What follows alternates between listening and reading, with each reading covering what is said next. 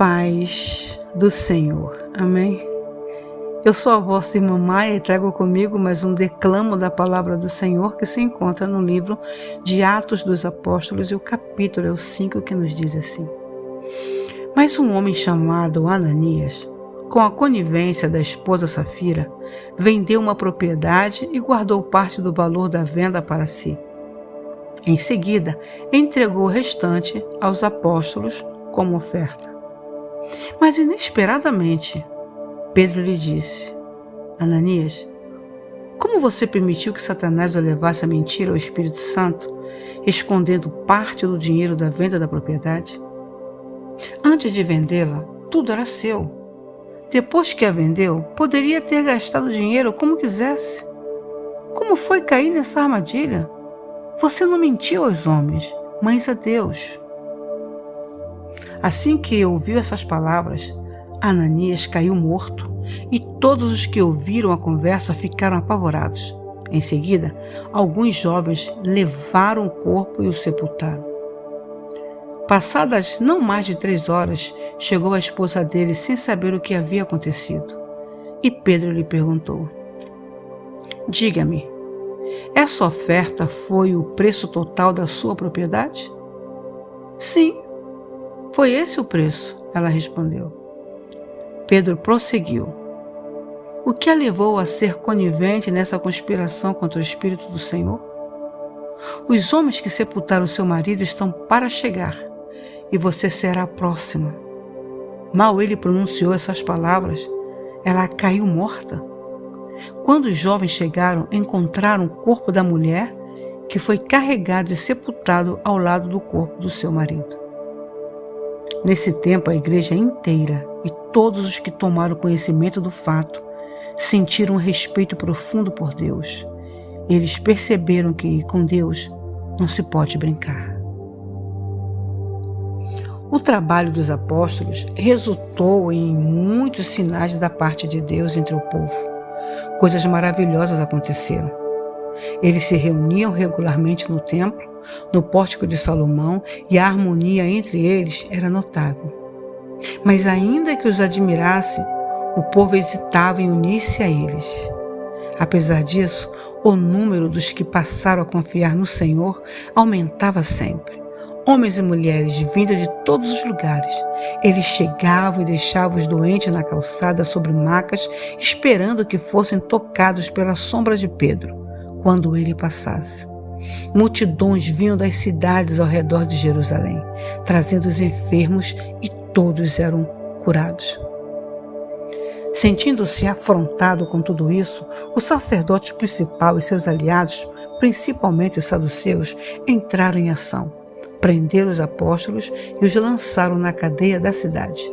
No entanto, durante a noite, um anjo de Deus abriu a porta da cadeia e os libertou. Ele disse: Vão ao templo e fiquem firmes. Digam ao povo tudo o que precisa ser dito a respeito dessa vida. Eles obedeceram. Entraram no templo ao raiar do dia e prosseguiram com seu ensinamento. Alheios a isso, o sacerdote principal e seus companheiros convocaram o concílio judaico e mandaram buscar os prisioneiros. Ao chegar à cela, os guardas não encontraram ninguém. Voltaram imediatamente e informaram: Encontramos a cela trancada e os guardas nas portas. Mas quando entramos, não havia ninguém. O chefe da guarda do templo e os sacerdotes ficaram confusos. Afinal, o que está acontecendo aqui? Alguém então apareceu e disse: Os senhores sabiam que os homens que foram presos estão de volta no templo ensinando o povo?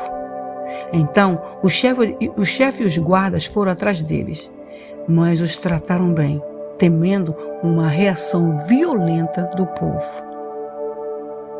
Os guardas os levaram de volta e os conduziram ao concílio. O sacerdote principal interrogou: Nós não havíamos dado ordens estritas para que não ensinassem no nome de Jesus? E vocês não só encheram Jerusalém com seu ensino, como estão nos culpando pela morte desse homem?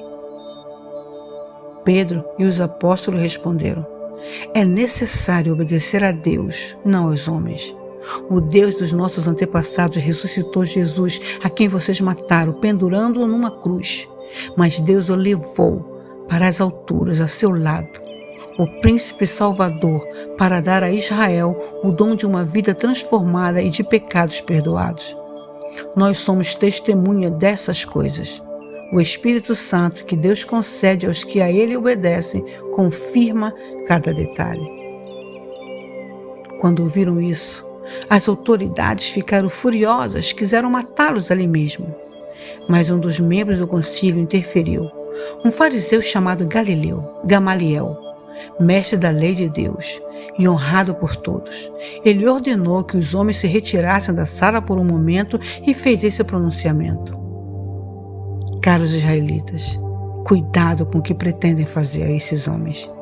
Não faz muito tempo Teudas fez grande estardalhaço alegando ser alguém e conseguiu 400 seguidores.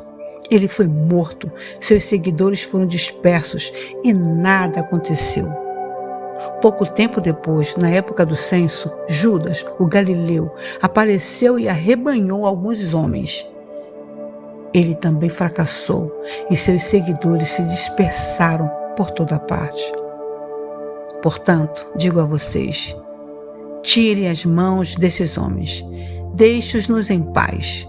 Se o projeto deles é algo meramente humano, irá fracassar. Mas se é de Deus, não há nada que possamos fazer. E é melhor que vocês não sejam flagrados lutando contra Deus. O argumento os convenceu. Eles chamaram os apóstolos de volta. Após mandarem açoitá-los, eles os advertiram a não falar no nome de Jesus e os expulsaram dali.